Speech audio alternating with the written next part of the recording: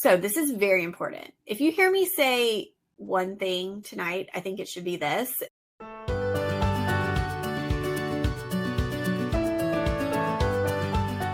right, we're live. Hi, guys. I'm assuming if you're here, you are interested in becoming a PA, whether you're early in the process or coming up on the new application cycle, which will start in April for the 2024-2025 cycle. And that's what we're pretty much going to be talking about tonight. So we called this the pre-PA Jumpstart for 2024. I really wanted to go through what you should be doing right now to get your application ready. So this will be very much focused on people who are applying in the upcoming cycle. But if you are not applying this cycle, I think this is also helpful because you'll know what's coming and you'll know what you need to do in the upcoming years and cycles when you do go to apply. My goal has always been with the PA platform and is here tonight and with everything that we do to make this process easier and more transparent and less stressful for you. So whether that's just providing information, providing a timeline, providing answers to questions that are hard to find a straight answer to, I just have always enjoyed helping people figure out what they want to do. So if you're on a wait list, if you haven't heard back, that does not mean you're like out of the running. Don't take that as a no. It definitely can still happen. But my rule of thumb is to just keep going about your applications and keep proceeding like you are going to be reapplying or you will be applying until you have an acceptance. So if you're on a wait list, if you have been waiting, don't wait till the last minute to get your application ready again. Just go ahead as if you're going to have to reapply so that you'll be good to go. So we are 3 months out from when the next cycle of CASPA opens. CASPA is open. So if you're unfamiliar, CASPA is the universal application for PA schools. So you go in there and almost every single school is listed and they'll have their deadlines and all their information in there.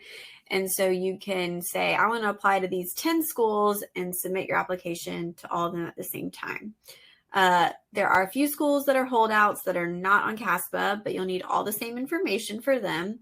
And deadlines vary by program. And so there are sometimes like if they haven't opened yet, they won't show up in CASPA until later.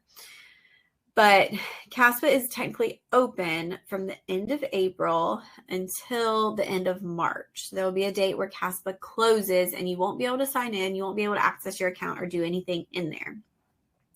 The cycle that is currently open is from last year. So the 2023 to 2024 cycle. And then this upcoming April, we don't have a date yet. At the end of April, usually it's like 27th, 28th, 29th, usually the end of the week. CASPA will open and you'll be able to apply for the 2024-2025 cycle. So that's a little bit about CASPA. Okay. Things to keep in mind are that you can go on there now. So even if you are planning on applying next cycle and you want to check it out, you can make an account, you can look at it, you can even put some information in. That's totally fine. You are not considered a reapplicant at a program unless you have submitted your application to that program before. So even if you have a CASPA account and you've put stuff in, it won't matter if you haven't applied there before. So you can check it out, spend some time in there. My one disclaimer, if you do go on CASPA and try to put stuff in early, is that there have been a few instances, 3 since I applied to PA school, which was in 2011, where they have completely reset everything. So even if you had stuff in there, they got a big update or new software or whatever, and for some reason they had to reset everything. So that meant any information you entered, any transcripts, all of that stuff was just lost and everybody had to start over. It actually happened the year after I applied, which was interesting, and thankfully I didn't have to deal with that. But that's the one thing. So you want to have a backup. You want to have your information elsewhere. You don't want CASPA to be the only place where you're putting stuff just in case you lose it. And the other things you should know is that when CASPA resets, your personal statement will be lost. So if you've entered it in there, it will not be there. So that is not the place to write and edit your personal statement. All we want to do in CASPA when it comes to the personal statement is copy and paste it in there, the final draft, without typos, without issues, and then submit. You don't want to be actually working on it in CASPA. And then letters of recommendation also do not roll over between cycles. So this is very important. If you hear me say one thing tonight, I think it should be this, and that is that if you request your letters for next cycle before CASPA opens in April, they will be deleted. If you have an account right now and you tell your letter writer to go in there and submit a letter, it will not be there in April. Would I love for them to change this and prove me wrong? Yes. Do I think they're going to? No. Is there a way to save letters for next cycle with Interfolio or something? Not right now. Letters are something that we'll talk about, but you cannot put those into CASPA yet. So let's talk about what we can do right now. If you're taking classes, your grades should be your focus. Your GPA, your grades, keeping those up is so important. It can feel very tempting to try to do everything at once. Like, I've got to get the experience. I've got to volunteer. I've got to shadow. I've got to take these standardized tests. I need to do it all so that I can apply. And yes, like, you want to be ready. You want to have your application as complete as possible, but grades are so important. So please don't sacrifice your grades just to apply earlier or to get more experience or whatever. So grades are important. So make those your focus. If you're unsure of your GPAs, if you have some questionable grade semesters and you're kind of like, I don't know if I meet that minimum, now would be the time to try to figure out if you do. Every year, unfortunately, I see people apply who end up getting a surprise on CASPA when their GPA is lower than they expected and it doesn't meet the minimums of the programs on their list, which means that you kind of just get thrown out. Like, if you don't meet the minimums of what the school is looking for, they're not going to look at your application. And that's an accreditation standard. That's something that they have to do. They don't really have room to make exceptions to that. So a lot of times your transcript will spit out a GPA, but it often doesn't match up to CASPA. If you've taken classes elsewhere, if you have any dual enrollment from high school, if you repeated any courses, if you have any grade forgiveness through your institution, those things can skew the GPAs on your transcript and make them different from your CASPA GPAs, because CASPA takes into account every class you've ever taken. It doesn't matter if it was 10 years ago. It doesn't matter if you were in high school. It doesn't matter if you've taken the class 10 times. They all go in there. And so that can be a little challenging. One way to do that, the best way I think, is through Mapped. And if you've been following, you know that I've kind of partnered with Mapped and I'm helping them with the pre-PA side of things. But Mapped to me has the most accurate overall and science GPA calculators. So what you can do is you can log on, it's completely free. So it's a free application tracker. You can put your experiences in, all kinds of stuff. There's so much in there, and I'm happy to show you more of that. But we have a webinar on that I did previously also. But when you go in, you can put your grades in, and it'll show you your overall and your science GPA. And there's also an option to see how any extra classes would affect your GPAs if you were to take more classes or if you're still taking classes. So that's a good way to see where you're at. It also has these cool graphs that will show you trends so you can see how that looks. If you're a visual person, that can be very helpful. But that's one way to do it. It's called Mapped, MAPPD. Super helpful and really good tool to use throughout your application process. It's getting a facelift that'll be done in February, and I'll have to post on Instagram and show y'all the application actual tracker part is so cool. It looks really neat. You can see where you're at with your applications and what you need to work on and what you've heard from. It's completely free. Try to figure out now where you're at with grades, just so you'll know if you still need to take some classes or if you need to refine your program list a little bit. Speaking of, now is the time to make a program list. The other thing I want you to do right now is start working on your school list. This would be those schools that you're thinking you want to apply to that maybe you're not sure of, your, safe schools, reach schools. How many schools are you going to apply to? What's important to you? That can be done before it's time to apply. And that will take a ton of time away too from, all your planning. So while you're making your school list, double check the program websites and make sure that you have the prereqs, have the requirements, so that you're not wasting your time, not wasting your money with applying to places that you can't actually qualify for. If you have a question, reach out to the program. They want you to reach out to them. They want you to ask them questions. That kind of gives you a feel for a program, because if you reach out and they're not very nice or aren't very helpful, that may tell you something. So connecting with that program, do your due diligence. Try to find it on the website. Try to go to an info session, whatever. Try to do all of that. But if you can't find it, don't be afraid to reach out. They have people there to talk to you. Somebody asked, any tips for keeping organized with school information or good websites? So Mapped has school information in there. We are currently updating that. That should be updated in the next couple of weeks to be more current. For now, I would say definitely check program websites, but we'll let you know and send a notification when all of that's updated. In general, refer back to the program websites. I have a pre-PA workbook, and that has tons of charts in there. If you're a paper and pen girl or person like me, the workbook is very helpful for that.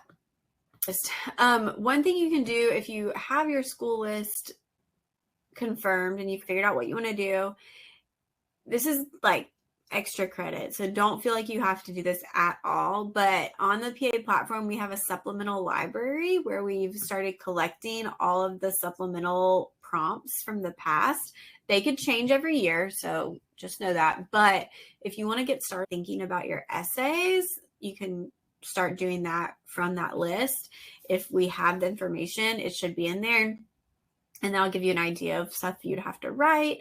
Supplemental essays can be extremely surprising. I don't know if anyone has applied previously and felt that when you get the supplemental and it's like 5 one-page essays or something crazy. So that is one thing that you can at least get started thinking about, even if you're not actually writing them. We're going to touch on tests just a little bit. Anybody planning on taking the GRE, PA CAT, that kind of stuff? Those I feel like sneak up on people a little bit, the test part of things, because you need to both have time to study and then actually schedule and take the test and then wait for the results. So as a rule of thumb, GRE results take about 2 weeks to get back. PA CAT results take away about 8 weeks to get back. And so you want to make sure that you're checking school requirements so that you can, have that score in progress, or if you need it when you submit, so that you can plan accordingly. I would also try to plan so that you can retake the test just in case. Build in some time where if you needed to study again and retake it, you could. So a lot of people take it end of February, in March. So that is perfect timing. So ideally, yes, like January, February, March is when we want to be taking the GRE. PA CAT too, especially since it takes a little bit longer to get back. Let's talk about experience. So you can always be looking for more experiences, whether that's volunteering, shadowing, patient care, healthcare, higher quality experience, diversifying your experience. Keep looking for experience, but the things that you can do right now, if you're not currently looking for something different, are make sure you have a log of your experience. So this is how long you've been doing it, your dates, how many hours you have. Maps does allow you to have experience tracking there too, so that's helpful. But you want to have an idea of that, because that can just be time consuming to try to track down if you don't already have that listed out. If you have a resume, it may be on there. You're probably going to need a resume, so that's something else you can start working on as you're working through your experience. But with your experience, you're also going to need experience details. So each experience on CASPA, you have to do experience details, which is where you will write out 600 characters that describes that experience and tells what you did, what you learned, and shows why that was meaningful to your application. That's something you can start working on as you're going through your experience, because again, ideally when CASPA opens, we're ready to copy paste, get it in there, and submit. We're good to go. We're not working through all of this once CASPA is open. That brings us to letters of recommendation, which is another part of CASPA, and we touched on it a little bit. So now would be the time to think about who's writing your letters and give them a heads up. So February, mid-February, end of February is a good time to say like, hey, Dr. Smith, I am so excited that you're writing me a letter. Thank you so much. Just wanted to let you know, applications open in April. I'll be sending you an email. I'll send you a reminder, but just if you want to start thinking about that letter, I'm happy to send my resume over, my personal statement, and you can save it and then it'll be ready to go. A heads up that that's coming, a reminder so that they're not surprised or caught off guard. Letters, I would say, is the one part of an application that holds up people from submitting by the time they want to submit. Just waiting on letters. Letters are tough, so start thinking about your letter writers. While you're going through those schools, those programs, see if they have specific requirements for who your letter writers need to be. If they have a professor letter, do you have that? If they want a doctor letter, a PA letter, do you have those letters? If it's required, you have to have it. So now's the time. Like, you don't want to be surprised in April and then be floundering around trying to figure out where you can get a letter. So go ahead and start thinking about that. Have some backup letter writers. If that person doesn't come through, do you have a backup? Do you have someone else who can write you a letter? You have a little bit of time to start fostering some of those relationships that you may need to get a letter. Just be very purposeful of that. If you don't have a professor letter and you're taking classes, start going to office hours, send some emails, get to know that teacher. Let them know that you are an active participant in their class and so happy to be there and excelling, and you want to go to PA school, and could you have a letter? It takes some strategy and some planning to get all of these things done. Some questions about the process for submitting letters. When CASPA opens, you'll enter their information and it sends them a direct link to upload their letter. And they have to also rank you on some stuff to get that turned in. The other thing that you need to be thinking about is your personal statement. So it is so important. It is 5,000 characters, a page and a paragraph, basically single spaced, where you are talking about why you want to be a PA and that you are the best person for a spot in their PA program. Please don't wait till the last minute. We want to start writing it. We want to start thinking about it. We have a 2-week email course that walks you through getting a draft done. It's free. We'll just send you an email each day that I put together that takes about, I would say, 15 to 30 minutes. And you can spread it out. So I've gotten some emails that feel like this is so overwhelming. Okay, skip a day and come back to that email later. Just take it at your own pace. That's totally fine. But it'll help you just get a draft done. And once you get it done, then you can edit, then you can change it. Your first draft will not be your last draft. But I do recommend starting to think about your personal statement. If you Google the PA platform personal statement, you'll find so much stuff, videos, podcasts, blog posts, all kinds of stuff to help you out. We have a book on Amazon, the personal statement guide, that can also help you. That's a little bit more extensive. A lot of questions about these professor letters. What if you've been out of college for 4 years and don't have connection with your old professors? Could you ask a supervisor? If they require a professor letter, you need a professor. Reach back out, take some classes. Yeah, you will have to do it. So something we're doing this year, and if you've signed up, let me know, is something called Pre-PA Academy. I've always wanted to do group coaching, and I've never really put it together or known how to do it. So this year we're doing it, and it's starting February 1st, but we're starting this first week of February. This week's just orientation. And then next week we're getting into all kinds of stuff like personal statements and all this. So everything I just talked about, we're going to be breaking down extensively as a group to make sure you are prepared for application. So we're going to be walking through the entire application cycle from February through October with getting your application ready, applying, and then interview season, waitlist season, reapplication season. We're going to ignore that because we're going to get accepted, but we're going to walk through it all together. So by having a smaller group, we'll be able to really interact, and it'll be really intimate. It's group coaching. So the sessions we'll be having, and the way it works is each week we're going to have 3 to 4, usually 4 at least, sessions with myself and the other PA platform coaches. So we're going to have office hours and Q&A but it's going to be more like Zoom where everybody's together. And then we're going to have live editing, live personal statements. I've really broken it down. We have like an intro one, we have YPA, we have conclusions, we have experience details, shadowing details, supplementals, COVID essay, if that's even there. And we're just going to edit through all of it together. And even if you can't attend a session, you can submit your stuff for editing and we'll let you who's been edited. We're going to have live mock interviews. We're going to have a lot of teaching sessions. We're going to have some group work sessions where we're working together on applications. You can ask questions, help each other. We're going to have group sessions where we're finding shadowing, finding volunteering, and really trying to make everybody's application as well-rounded as possible. So that will be really exciting. So each week there will be these 4 sessions. You don't have to attend them. They'll all be recorded. They'll all be uploaded afterwards.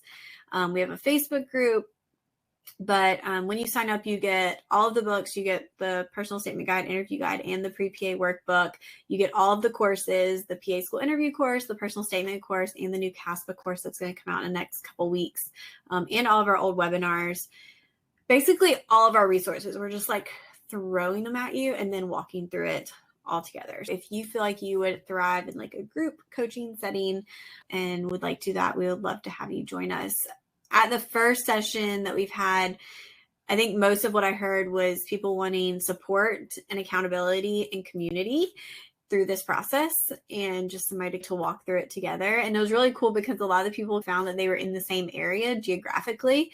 So I'm just so excited because I feel like people are going to end up being classmates and it will just be the best thing ever that you went through this together and then went through applications together and then got into PA school together. And I love that. Someone said, do you recommend it if you're planning to apply for the 2025 to 2026 cycle? No. So I would only sign up for Academy this year if you're applying this year. How often do you meet? So there'll be 4 meetings a week. They're all going to be at different times because sometimes the coaches are doing them. We're trying to do most in like afternoons and evenings because we took a poll and that seems when most people wanted them. But each week there'll be 4 sessions you can go to. Again, you can go to all of them. You can go to none of them. You can watch them later. You can go to 1, you can go to 2. It's really up to you. Or if you want to submit your questions and essay stuff ahead of time, you can do that also. You can also sign up at any time. We're not closing registration. So if you get overwhelmed and want to join later, you can. How many people are in the class? So we have about 100 who have signed up. Our first session, I think we had 18 join live. So the sessions shouldn't be, I'm not expecting them to be very big. It should be definitely smaller, very small groups where we can really interact and get to know each other. When is the start date and when is the end date? The start date is February 1st. The end date is, I think November 1st is technically the last day. So the first week of February, we have just some orientation stuff with me. And then in the next week, we get into like personal statements and live editing here. And those are both at 7 p.m. and 8 p.m. Eastern. And then at 8 p.m. Eastern, we have a reapplicant session. And then on Sunday at 4, we have another personal statement session. More personal statements, talking about editing specifically at 9 p.m. on this Wednesday. Some live editing, getting into that. Some letter recommendation sessions, talking about making a school list. More live editing of your like intro and YPA. And then more teaching on kind of red flags in the personal statement, some office hours, more talking about live editing of kind of personal statement red flags, teaching with standardized tests, and then some office hours. So that kind of shows February, but most of our sessions are going to be at night so that hopefully more people can join. In the Facebook, like we're going to be asking, what do we need to talk about more? What do y'all need more of? What should we be focusing on? What are y'all struggling with so that we can make sure we're just covering this? So what's the difference between Academy and personal coaching or full package? So that's a good question. So Academy is all group coaching. Nothing is one-on-one. So I'm not like guaranteeing that your personal statement will get edited, but we're going to try to do as much of everyone's stuff as possible. But it's not like a one-on-one mock interview. If you're doing live mock interviews, you'll probably answer a question or two. But if you go to every session, you're going to get a lot of practice. So you're going to get a lot more FaceTime, but it's going to be in a group setting. I think one thing that's really cool about that setup is that you can learn from each other. And so when somebody says, I heard this from this program, we can share that information. And if we're in an interview setting and you've, had experience in an interview or with a school, we can talk about that and share that. I think there's benefits to group coaching that you don't get one-on-one. Then, of course, one-on-one, you do get more of that intense, personalized time. Also, if you're in Academy, you get a fairly large discount on one-on-one services. So if you are planning on doing one-on-one, you can add those on if you want to. Let's get into questions. In terms of essays, do you know if there's a COVID essay coming up this cycle? I don't know. It has been in every cycle since 2020. This would be the 2024 cycle. I think it will be there, but I could see this cycle being the last cycle that has it. But then the problem is what the COVID essay does is it gives you an opportunity to explain how your application was affected by COVID. And because sometimes people do apply much later to PA school, I feel like they might need that space to say, like, that's why this class was online, or that's why I had to take this lab not in person, or that's why this was pass fail. So I feel like it may be here to stay, but we just we never know until it, gets in there. So we'll see. What is a good score for the GRE? Seen a couple of those. So check program requirements, see what they want you to have for the GRE. And then you want to try to have a 300 or higher, typically combined score is what a lot of programs are looking for, with a 50% score or higher in each section. Writing really doesn't matter. So that's the quantitative and the qualitative that you're looking for, just as a general rule of thumb. For Academy, will there be individual opportunities to talk with coaches and mentors? So not in the sessions, unless you show up and you're the only one, which could absolutely happen if you happen to be the only one there. And then we'll have the Facebook group too, where you can ask questions also. And you can always email us too. For the descriptions we put in CASPA, should I avoid repeating things from there in my personal statement? I would avoid repeating them verbatim, but there will be instances where you'll expand on the same things. So let's say you mention something you do in your experience detail, your personal statement, you may expand on like what that task is or what you learned from it, or supplementals a lot of times will give you more of an opportunity to expand as well. So there will be some overlap, but nothing should be copy and pasted verbatim on any essay section. If we're graduating undergrad in spring 2024, taking a gap year, then wanting to start PA school, do we apply now? Yes. If you are graduating in 2024 and want one gap year, then yes, you would apply in this upcoming cycle. So if you want a gap year, you apply in the April or summer after your senior year. If you don't want a gap year, you need to apply during your junior year. And then we have a similar question. If I'm planning to attend PA school in fall of 2025, would I be applying for this cycle or the next one? So that'll be this one. So if you want to start PA school in fall of 2025, you would apply in the 2024 to 2025 cycle. For most instances, you're going to be applying a year ahead of time. January start programs get a little weird where you either typically have like 6 months or a year and a half until you start. So those are a little different, but generally you're applying like a year ahead. You keep adding to your patient hours as you continue to work when it opens in April. Once you've submitted your application, you cannot edit experiences, but you can add experiences. So if you are continuing to get hours, you can go in and add that as a new experience. Or if you switch jobs, whatever, you can add them and then those be updated on your application to program. Do you recommend repeating courses lower than a C, even if they're not a prerequisite? So my general rule of thumb is if it's a prereq with a C or lower, try to repeat, try to get a B or higher. After that, I really don't think you need to retake any classes unless they're like highly recommended ones. Recommended to me also means required. But if it's just a random class, I would not retake it. I would just take other classes to make up for it, take more sciences. How many words do you get for the personal statement section? You get 5,000 characters. And that includes spaces. So usually that's about a page and a paragraph single spaced.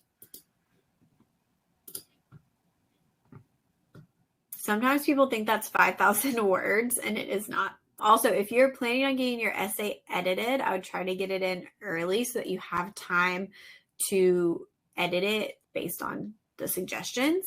Usually our turnaround time is about 3 to 4 days to get it back to you. So that doesn't take that long, but we'll sometimes have people like submit right before a deadline, but you need time. You need to be able to revisit it and rework it. So the earlier the better to get your essay in, and if you are wanting to get it edited. Does the order which you write your experiences or list them matter? No. I recommend trying to do it chronologically, but I think CASPA reworks them a little bit based on categories, so I wouldn't worry about it too much. PA schools look down on gap years. Is this something I should address in my personal statement? I don't think they look down on it. I think when you get into PA school, you see so many different paths. You see people straight out of undergrad. You see people who took 1 gap year, 2, 3 gap years with the goal of getting into PA school. You see people who had completely different careers and just decided PA was what was right for them. So there are a lot of different ways that people get to PA school, and that's the beauty of the profession. So I don't think there's anything wrong with a gap year. I think with anything on your application, you should be able to explain why you did it or what you got out of it. With a gap year, that's especially one you take on purpose, there's a reason, whether that's getting experience, taking a break from school. There's lots of reasons you may want to do that. So just be able to explain why, and that's fine. Should reapplicants find new people for letters of recommendation, or can they use the same person from the first cycle? So this gets into some gray area. With applying, and especially with reapplying, there's a lot of gray. So to me, one of the gray areas is letters. If you got interviews, that means they read your letters and they liked something. So to me, that says your letters were probably pretty strong, and you could potentially use some of the same letter writers. If you did not get interviews, I think you need to ask, like, were my letters part of the problem? Like, was that a reason I didn't get an interview? A lot of schools look at letters very strongly, and I've seen letters before that are a paragraph and super generic. That's not a strong letter. When I have written letters for a few select people that I've worked with, my letters are super personal. Like, it's hard for me to limit them to 1 page. I just like gush over the person because I want them to do this so badly. And that's the person you want writing your letter. So I would just ask yourself, do I think this person is writing you the strongest letter? And one thing you can ask your letter writers is, can you give me your highest recommendations? Can you recommend me without any reservation?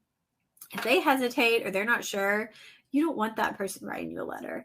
So I just think about that a little bit and see. And then also think about if there's anyone new who's come along who you think would be a more beneficial letter writer. You don't have to ask someone to write you a letter out of obligation or because they offered. Ask the people that you think will give you the most personal, highest recommendation for your application. If I took CASPA last cycle, can I use the same test for this upcoming cycle, or do I need to retake it?